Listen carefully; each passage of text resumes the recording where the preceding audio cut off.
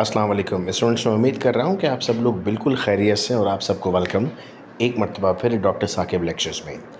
Students, आज के इस वीडियो लेक्चर में हम एमडी कैट की टॉपिक होम्योस्टैसिस को डिस्कस करने जा रहे हैं। स्टूडेंट्स, हम फिज़िक्स, केमिस्ट्री, बायोलॉजी, इंग्लिश और लॉजिकल रीजनिंग के बहुत सारे वीडियो लेक्चर्स एमडी कैट के हवाले से अपलोड करने जा रहे हैं और साथ ही साथ इनके प्रैक्टिस एमसीक्यूज़ हम अपने व्हाट्सएप ग्रुप में शेयर कर रहे होंगे।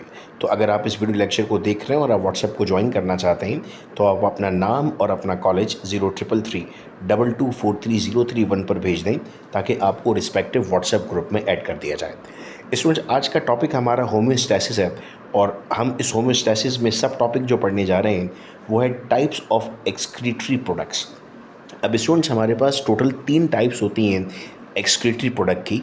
अगर हमसे ये पूछा जाए कि हमने एक्सक्रीटरी प्रोडक्ट्स को किन बेसिस पे डिवाइड किया हुआ है तो हम जवाब देते हैं कि सर हमारे पास बेसिकली एक्सक्रीटरी प्रोडक्ट्स को हम डिवाइड करते हैं उनकी टॉक्सिसिटी और वाटर सॉल्युबिलिटी पर। सबसे पहला प्रोडक्ट जो हमारे पास आता है दैट इज़ अमोनिया, और हम कहते हैं sir ammonia formula NH3 is a gaseous waste product जो गैशियस फॉर्म में रिलीज़ होता है। इट इज़ हाईली टॉक्सिक और इसको बहुत सारे वाटर में सोलुबलाइज करना होता है, यानी जो क्वांटिटी ऑफ वाटर आप यूज़ करते हैं वो बहुत ज़्यादा होती है। अमोनिया बेसिकली बॉडी की पीएच को इंक्रीज़ करता है, इसीलिए ऑर्गेनिज्म इसे अपनी बॉडी में कम से कम रखने की कोशिश करता है। अब चूंकि जैसे मैंने आपको कहा कि इसको बहुत ज़्यादा वाटर की ज़रूरत है बॉडी से बाहर निकलने के लिए, तो टेरेस्ट्रियल एनिमल्स तो इसे एक्सक्रीट कर ही नहीं सकते क्योंकि उनकी बॉडी में लिमिटेड वाटर होता है। तो ये कौन एक्सक्रीट करेगा? Aquatic animals. याद रहे स्टूडेंट्स, एमडी कैट में जिस तरह से सवाल पूछा जाता है हम उन्हीं की पॉइंट्स को डिस्कस कर रहे हैं ताकि आपको टॉपिक बहुत अच्छे से याद हो जाए। अब ये अमोनिया आपके पास अल्कलाइन नेचर रखता है और कोरोसिव है, बिकॉज आपके पास अल्कलाइन जो होते हैं वो कोरोसिव होते हैं। ये हाईली टॉक्सिक है, हमने पहले भी मेंशन किया, और वो ऑर्गेनिजम्स जो अमोनिया एक्सक्रीट आउट करते हैं उसे हम नाम देते हैं अमोनोथैलिक का।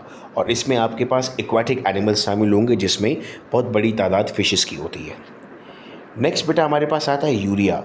फॉर्मूला है आपके पास CONH2 ट्वाइस, यानी अगर मैं इसका जनरल फार्मूला आपके सामने बताता हूँ तो हम फार्मूला इस तरह से लेते हैं इसका कि आप कहेंगे सर NH2 आएगा, फिर C डबल बॉन्ड ऑक्सीजन होगा और फिर आपके पास NH2 होगा। अगर हम इन जनरल फार्मूला पढ़ना चाहें तो ये फार्मूला बनता है आपके पास अमोनिया का। हम कहते हैं sir it is water soluble, ये लिक्विड वेस्ट है, ये एसिडिक भी नहीं है, ये बेसिक भी नहीं है, और इसका दूसरा नाम कार्बामाइड होता है, यानी पेपर में आपको कार्बामाइड के नाम से भी पूछ सकता है। ये यूरिया साइकिल या ऑरेथिन साइकिल में बनता है एंड बेसिकली ये प्रिपेयर होता है by the decomposition of proteins. अब प्रोटीन डिकम्पोज होते हैं अमाइनो एसिड्स में और अमाइनो एसिड्स की डिकम्पोजिशन से आपके पास यूरिया बनता है। वो ऑर्गेनिज्म जो यूरिया को एक्सक्रीट आउट करते हैं उन्हें हम नाम देते हैं यूरियोटैलिक का।